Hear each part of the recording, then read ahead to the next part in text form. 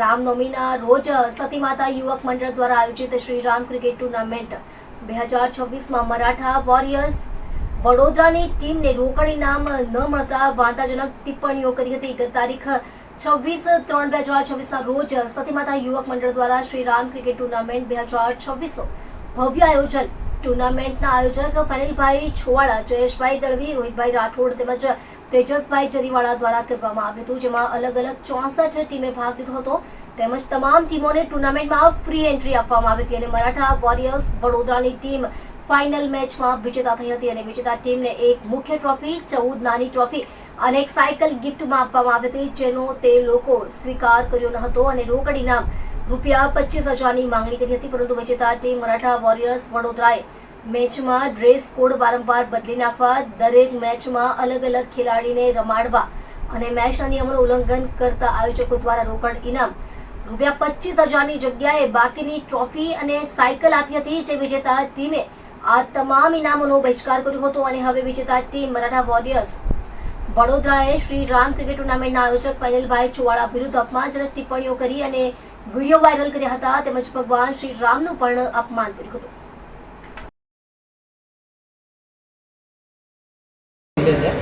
અમે બી આ ટુર્નામેન્ટમાં ફાઇનલમાં આવેલા હતા.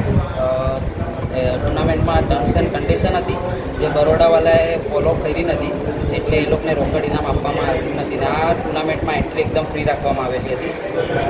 વિજેતા ટીમને કેશ ઇનામ હતું, પણ જે ટર્મ્સ એન્ડ કન્ડિશન ફોલો કરે એ જ ટીમને રાખવામાં આવેલું હતું. બરોડાવાલાએ ફોલો કર્યો નથી, તેથી એ લોકો રોકડ ને ટ્રોફી ને ઇનામ એ તો બધા જ ખેલાડીઓને મળ્યા છે, જે best batsman, best bowler, best man of the match આવ્યા. વિજેતા ટીમને ને જે ટીમ ફાઇનલમાં આવી એને પણ ટ્રોફી મળેલી છે. નામ ફેનિલ અહેમદભાઈ છોવાડા છે. સતી માતા યુવક મંડળ દ્વારા શ્રી રામ કપનું આયોજન કરીએ છીએ અમે છેલ્લા 7 વર્ષથી, ને કોઈ વિરોધ થતો છે નહીં ને તદ્દન અમે એન્ટ્રી ફી ફ્રીમાં રમાડીએ છીએ, કોઈની પાસે પણ ચાર્જ લેતા નથી. આ વખતે શું વિવાદ? આ વખતમાં વિવાદમાં એવું છે કે વડોદરા વોરિયર્સની એક ટીમ છે, એ લોકોએ મરાઠા વોરિયર્સ વિજેતા ટીમ થયેલી છે ને ટફ એન્ડ કન્ડિશનનું પાલન એ લોકોએ અમારું કર્યું નથી. તો શું એ લોકોએ વિડીયો બનાવ્યું છે અને પોલીસ સ્ટેશનમાં શા માટે જવાની જરૂર? એ લોકોએ વિનિંગ થઈને જે અમને ઇનામ આપ્યા છે એનો બહિષ્કાર કર્યો અને ₹25,000ની માંગણી કરી છે. પોલીસ સ્ટેશનમાં તમે શું અરજી કરી? પોલીસ સ્ટેશનમાં મેં અરજી કરેલી છે, જે તમે આ જોઈ શકો છો. આ કાચી એક અરજી કરેલી છે. કાલ સવાર સુધીમાં એ લોકોનો માફીનો વિડીયો નહીં આવશે તો અમે કાયદેસરના કાલે પગલાં લેવાના છે. એ લોકોએ કયા પ્રકારનો વિડીયો બનાવીને તમારા પર આક્ષેપ કર્યો? એ લોકોએ શ્રી રામ ભગવાનનું અપમાન કર્યું છે, અમારું અપમાન કરેલું છે, અમારા સ્પોન્સરોનું અપમાન કરેલું છે, ચોર શબ્દનો ઉપયોગ કરેલો છે.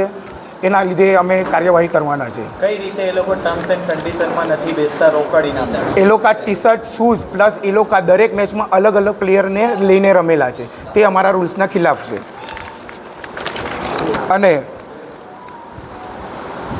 વ્રિજેશ ખરાડી કરીને વડોદરાનો એક બ્લોકર છે, વ્રિજેશ ખરાડી કરીને, એને અમે નમ્ર વિનંતી કરીએ છીએ કાલ સુધીમાં એનો માફીનો વિડીયો નહીં આવશે તો અમે ભારે વિરોધ પ્રદર્શન કરશું કાલે પોલીસ સ્ટેશનમાં. સમાધાન પર હાથ લાંબો કરશો તો તમે સમાધાન કરશો? એ લોકો સમાધાન કરવા તૈયાર હોય તો અમારી એક જ માંગણી છે કે કાલ સુધીમાં જે વ્રિજેશ ખરાડી કરીને યુટ્યુબર છે વડોદરાનો, એનો વિડીયો માફીનો આવવો જોઈએ, નહીંતર આ વિરોધ ચાલુ રહેશે. કારણ કે એ લોકોએ શ્રીરામ ભગવાનને પણ ગાડી આપેલી છે.